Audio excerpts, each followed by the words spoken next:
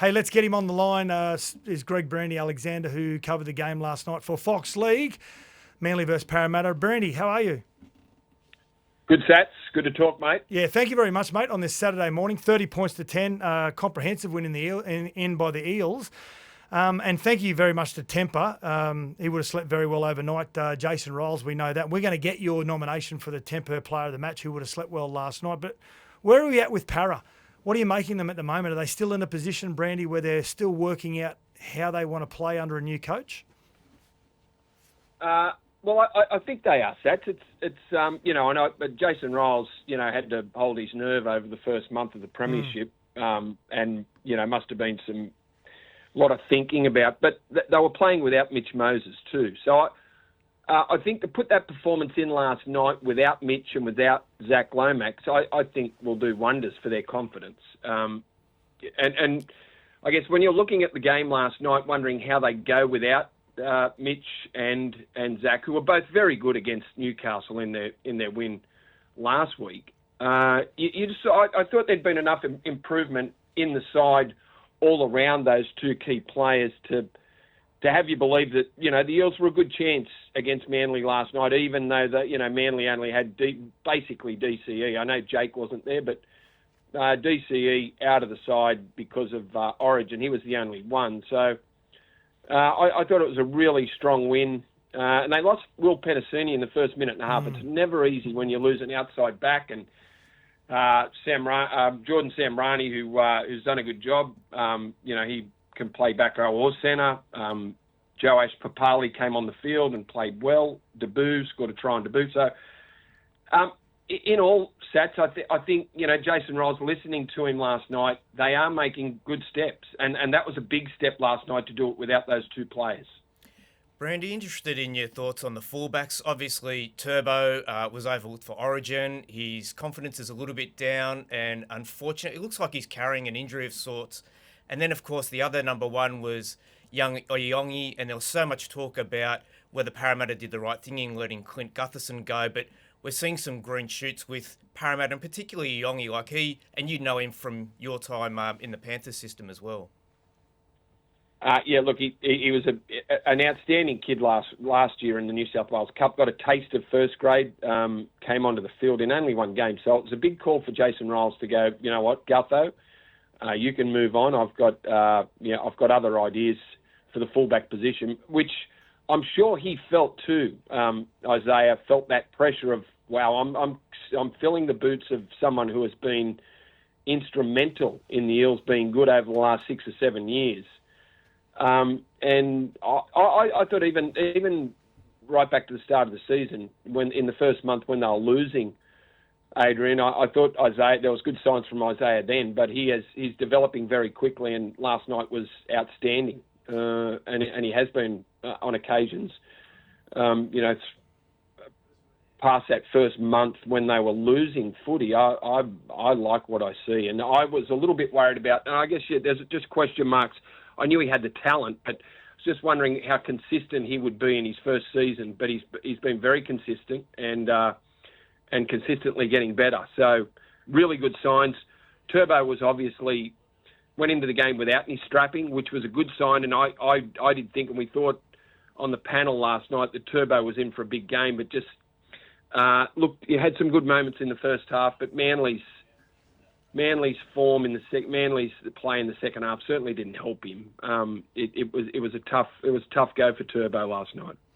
Hey, some significant signings, and you always look to see what effect they have on your side, Brandy. But Dylan Walker coming from the Warriors to Parramatta, he's just added something to them, that spark, the speed, the skill that he's got. It's again last night he proved a handful.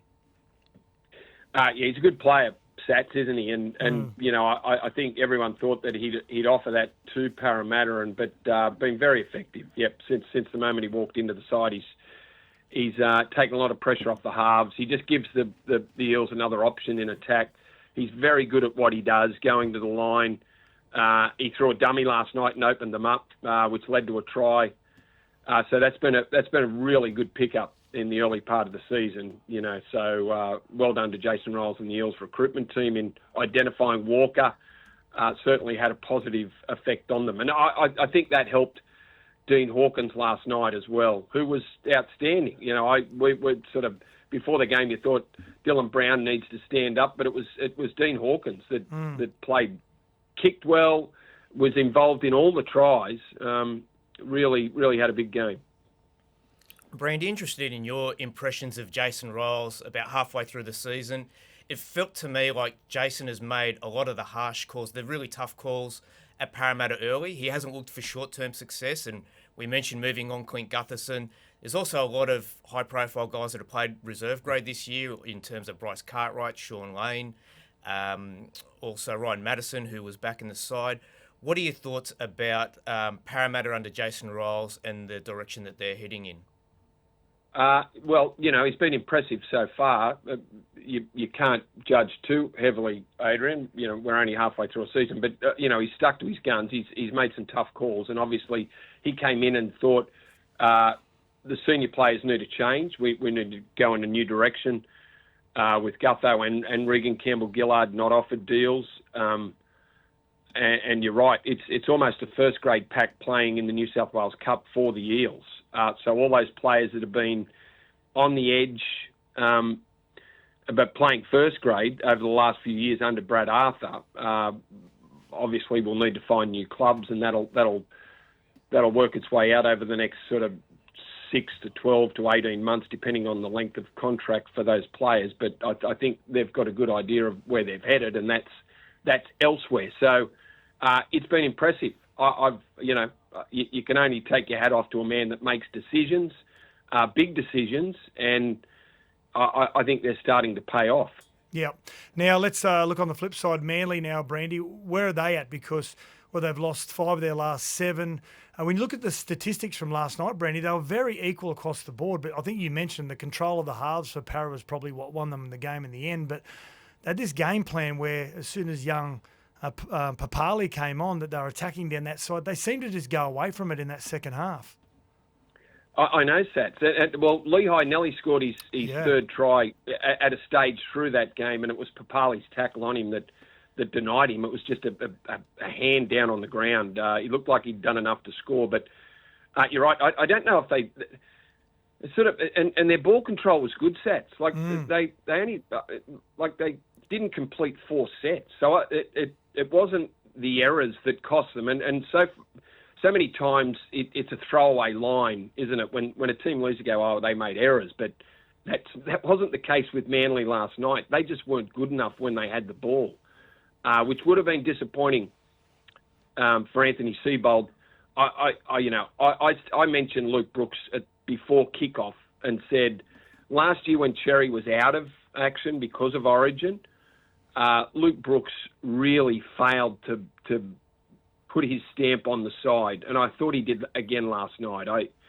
I just think for an experienced player he's had some good moments this year, but you know, with Jake Arthur at halfback, Luke Brooks needed to take control of that team. Really needed to do a lot with the ball and be the focal point of Manly's attack, but just didn't do it. I don't know where the Eagles are, to be honest, Sats. You're 5 of 7. They beat a Cowboys side who are very disappointing. Like, when you think about the performance last week for Manly, when they beat the Cowboys up there, it's good. They travelled to Townsville. They got the win. Cowboys were dreadful. Yeah. Manly were okay. And I thought Hopewadi and Saab were good. Ben Trebojevic played well last week, and they missed him last night. But I don't want you don't want to rain on a club's parade when they get a win, but I don't know. The last couple of months just hasn't looked good for Manly, because when they've been beaten, they've been beaten and played not well at all. Melbourne, the Sharks twice, even though the Sharks in Perth was a close game on the scoreboard. Really, the Sharks weren't great that day either, but they did enough to win pretty comfortably. Or the scoreboard didn't show it. Manly weren't great in round 10 when they got beaten by the Sharks again. I guess their best performance over the last 7 or 8 weeks has been the win over Penrith, where they were very good and their middles were good. I guess they get a couple of middles back next week in Toff Sipley and Alloy A. That might help. It's hard to know. I guess they're like a lot of sides, Sats. It's been a very inconsistent year for teams, and that's why the season has been so interesting, because teams are struggling to play good footy week in, week out. Even the Melbourne Storm, who are still the favourites for the comp, it's gone win-loss, win-loss, win-loss for them.